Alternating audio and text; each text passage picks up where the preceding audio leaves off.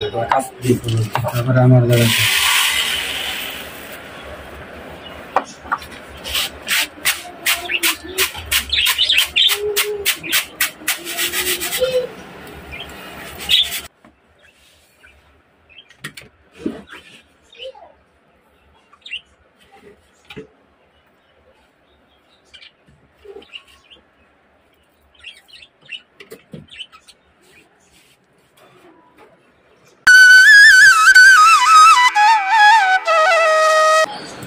আসসালামু আলাইকুম সবাইকে, আশা করি আপনারা অনেক ভালো আছেন। চলে আসছি ক্ষুদ্র খামারে। এটা আমার বাড়ির খামার। একটা খামার পরিচালনা করতে গেলে কতটা কষ্ট করতে হয়, তো সেটাই আজকে দেখাবো। যদি আপনাদের ভালো লাগে আপনারা এভাবে করে দেখতে পারেন। তো আমার বাড়িতে আসলে অনেক পাখি ছিল, আমি ব্যস্ততার কারণে অনেকগুলো আমি রাখতে পারি না, এখন অনেকটাই কমিয়ে ফেলেছি। তো আশা করবো সামনের দিকে আরও যদি পারি সময় পাই বাড়াবো। সত্য কথা বলতে কি, এটা কাজের ফাঁকে ফাঁকে আপনাদের এখান থেকে কিছু ইনকামেরও যে একটা ব্যবস্থা থাকে, সেটাও আমার এখান থেকে আমি পেয়েছি। আমি আমার এই ছোট্ট বারান্দা থেকে অনলি 2 লাখ টাকার উপরে, 2 লাখ প্লাস হবে পাখি বিক্রি করেছি। এমনকি আমি করোনার মধ্যেই পাখি থেকে নিজেও খেয়ে বেঁচেছিলাম। তো আসলে এটাকে কোনো কাজকে ছোটো করে দেখা যায় না। আমিও একটা এডুকেটেড পার্সন বলতে পারেন, শিক্ষিত নাগরিক বাংলাদেশের, হয়তো বা এভাবে তো নিজেকে কখনো ছোটো মনে করিনি কোনো কাজকেই। জীবনে অনেক ঘাত প্রতিঘাতের মধ্য থেকে এটাও আমি করে গিয়েছি। তো যদি আপনাদের ভালো লাগে আজকে দেখাবো কীভাবে পাখি আমি খাঁচা পরিষ্কার করি বা অন্যান্য কাজগুলো করি। তাহলে চলুন আর কথা না বলে নিয়ে যাই সরাসরি কাজেতে।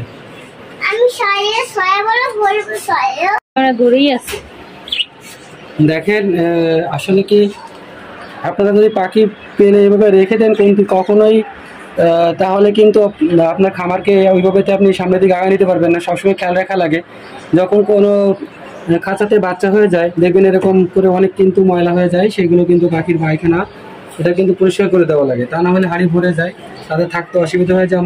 যেমনটি কিন্তু আবার পাখি বড়ও হয় না, বা অনেক সময় কিন্তু হাঁড়িতে তারা নরম নরম যে পায়খানাগুলো করে সেটাও দেখেন।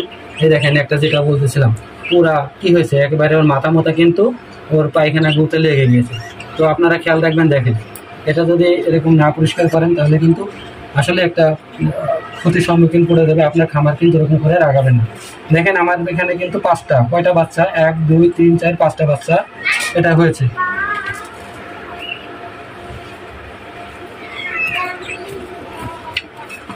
এই যে একটা লাঠি দিয়ে এখন কিন্তু এটা আমি গুঁতা মারবো। এইভাবে কিন্তু গুঁতা মারে পাখিটাকে সরাবো, চাপ হবে।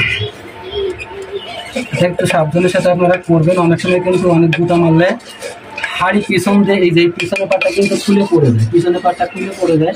একটু সাবধানে মারার চেষ্টা করবেন।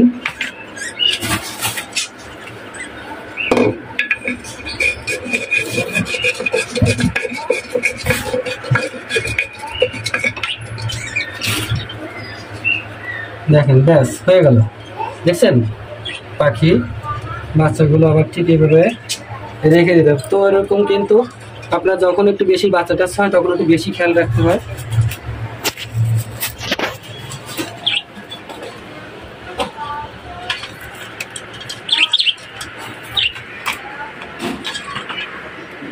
সুন্দর করে এরকম লাগিয়ে দিতে হবে।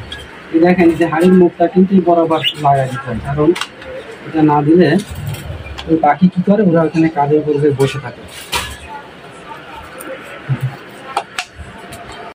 কিছু কাগজ লাগে, আমি অনেকদিন পরিষ্কার করতে পারিনি, দেখেন অনেক ময়লা হয়ে গেছে।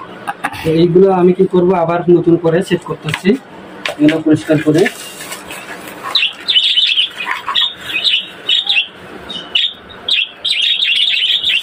আমার নাকের প্রবলেম থাকার কারণে আমি কিন্তু এই মাস্কটা পরেনি, বা আপনারা করতে পারেন, প্রবলেম থাকুক আর না থাকুক, তাতে আপনাদের স্বাস্থ্যটা ভালো থাকবে।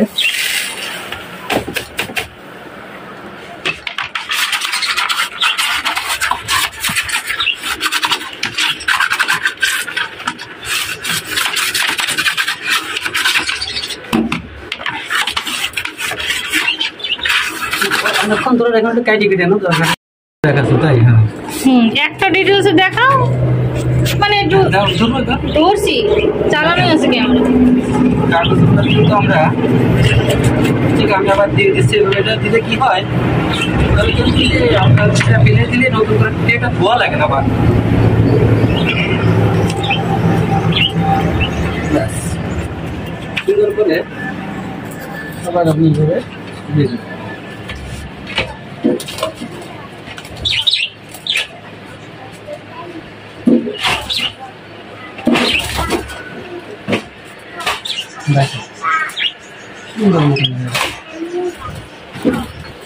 দেখেন পুরা শরীর ঘামে একাকার, কিন্তু কিছু করার নেই ভাই। কিছু করতে গেলে তো কষ্ট করাই লাগবে, যত ঘাম তত ভাই।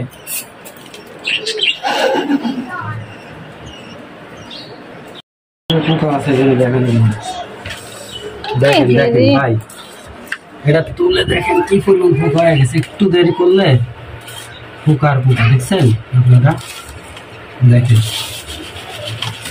কি হারে পোকা হয়েছে।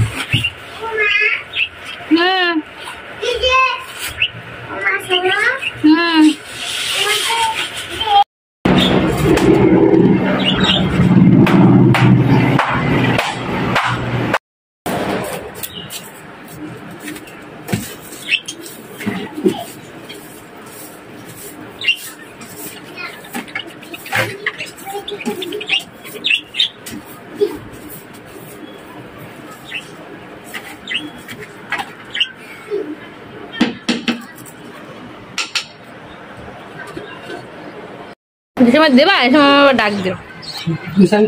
একবার বাড়িতে দেওয়ার পরে নিয়ে দিতাম সব কিছু। আচ্ছা ঠিক আছে, বাড়ি বাড়ি করে নিয়ে এসে বাবার আমি দিয়ে দিয়ে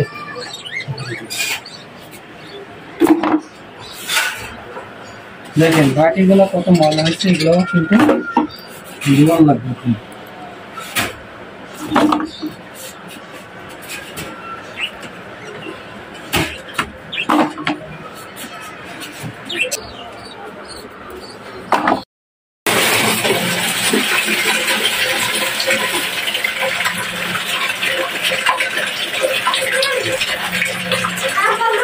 বাটির মধ্যে ফেলো, বাটির মধ্যে ফেলো। হ্যাঁ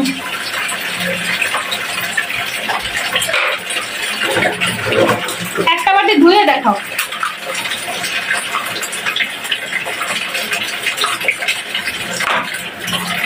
হ্যাঁ এটা ধুয়ে দেখাও, ধুয়ে এরকম ক্লিন হয়ে গেছে বাটি।